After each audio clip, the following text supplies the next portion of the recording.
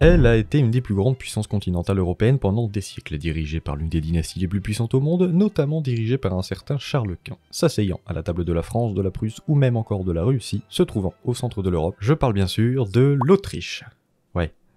Ouais, vu comme ça, ouais, non, c'est nul. Mais je vous jure, l'Autriche, c'était stylé avant. Attends, regarde. Comment est-ce qu'un si petit pays d'Europe centrale, dont tu viens peut-être d'apprendre la localisation, a-t-il pu être si puissant et surtout perdre toute son influence passée? Je vais passer en revue les événements majeurs qui ont fait passer l'Autriche d'une puissance continentale bien installée à cette merde nulle. Avant d'aller plus loin, il va nous falloir un peu de contexte. Pour comprendre l'Autriche, il faut prendre en considération deux entités. L'Autriche, tu m'étonnes, mais aussi le Serge.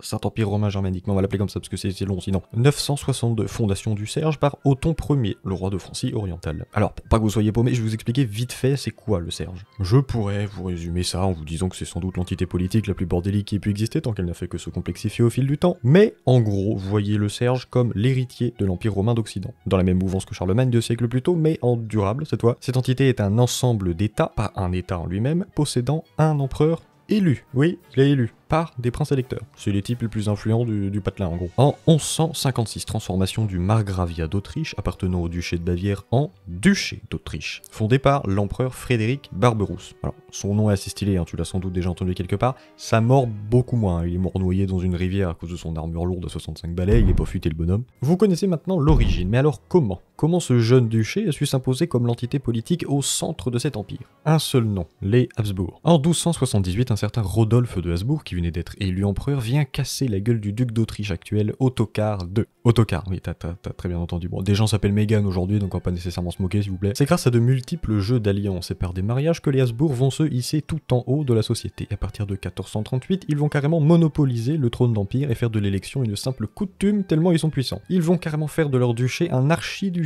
en 1452. Hein. Ça sert à rien du tout, ça leur donne juste plus de représentation, c'est juste mieux. Ouais, c'est comme acheter le dernier FIFA, quoi. Jusqu'à leur apogée en 1555 avec Charles Quint qui règne quasiment seul sur tout ça, sans compter le Nouveau Monde. C'est durant son règne qu'ils se sont dit, bon, c'est peut-être un peu trop de boulot, on va couper la poire en deux. Et cela donne naissance à deux branches distinctes. Celle d'Autriche, cédée aux frères de Charles Quint, et celle d'Espagne, cédée aux fils de Charles Quint, dont on en a rien à foutre. En plus, ça finit vraiment très mal pour eux, j'en ai fait un short si tu veux voir d'ailleurs comment ça finit, c'est pas Jojo. Par la suite, l'Autriche, mais aussi plus largement l'Empire, perd la guerre de 30 ans, qui a eu lieu de 1618 à 1648, grosse perte humaine, voire dépeuplement complet de certaines régions et surtout énorme perte d'influence du poste d'empereur dans toute l'Europe. En 1699, l'Autriche récupère la Hongrie suite à leur victoire sur l'Empire ottoman, bon ils essaient de se rattraper comme ils peuvent. Après 1714 et la guerre de succession d'Espagne, l'Autriche récupère pendant un temps d'anciens territoires qui étaient possédés par l'Espagne. Oui, je vous avais dit que ça finirait mal pour eux. Alors, jusqu'à maintenant, tout se passe assez bien. Mais alors quand? Quand est-ce que l'Autriche se viande la gueule? Eh bien pour ça, fallait attendre l'arrivée d'un petit bonhomme. En effet, le premier coup de grâce intervient fin 18e siècle, début 19e siècle avec un certain Napoléon Bonaparte. 1797, première défaite. 1801, seconde défaite. 1804, l'empereur François II, menacé par Napoléon qui vient de se faire sacrer empereur des Français, décide de faire pareil, petit jaloux qu'il est, et devient empereur d'Autriche. Ce qui fait de lui le seul à avoir porté deux titres impériaux au même moment, mais pas pour longtemps, car en 1805, troisième défaite qui provoque carrément la chute du Serge un an après, au profit de la Confédération du Rhin, une alliance d'États allemands assujettie à Napoléon.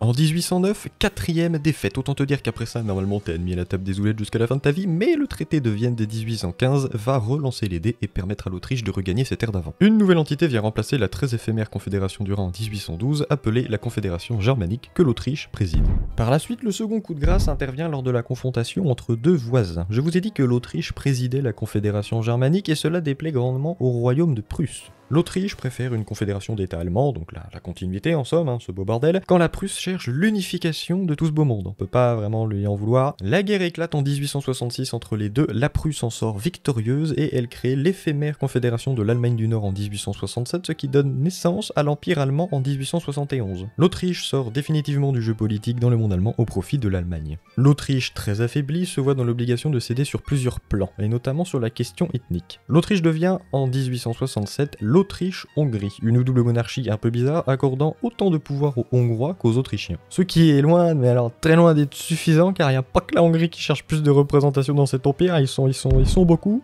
donnant lieu au dernier coup de grâce, résultant d'un empire toujours plus multi-ethnique. En 1914, attentat de Sarajevo. L'archiduc François Ferdinand, héritier de l'empire austro-hongrois, est assassiné par un nationaliste serbe qui voyait d'un très mauvais œil le rattachement de la Bosnie-Herzégovine à l'empire 4 ans plus tôt. Ce qui pousse l'Autriche-Hongrie à attaquer la Serbie. Vous connaissez la chanson, les alliances prennent place, l'Autriche-Hongrie perd la première guerre mondiale, gagner une guerre avec une armée qui parle 10 langues différentes aussi. L'empire est découpé, des morceaux sont donnés à la Pologne, à la Roumanie, à l'Italie, qui a d'ailleurs changé de camp durant la guerre, la douilleuse, création de l'Autriche, de la Hongrie, de la Tchécoslovaquie et de la Yougoslavie. Et pour terminer le boulot, v'là pas que 20 ans après, tu te fais annexer par le gars avec la moustache là, putain, mais laissez-la tranquille, un moment, je sais pas, enfin, fin de la guerre. Elle est divisée en 4 morceaux entre les vainqueurs, peut-être qu'il restera plus rien en fait, hein. Bref, elle promet de rester neutre entre l'Est et l'Ouest, qui lui permet de rester indépendante des deux blocs et de rester dans cet état jusqu'à nos jours.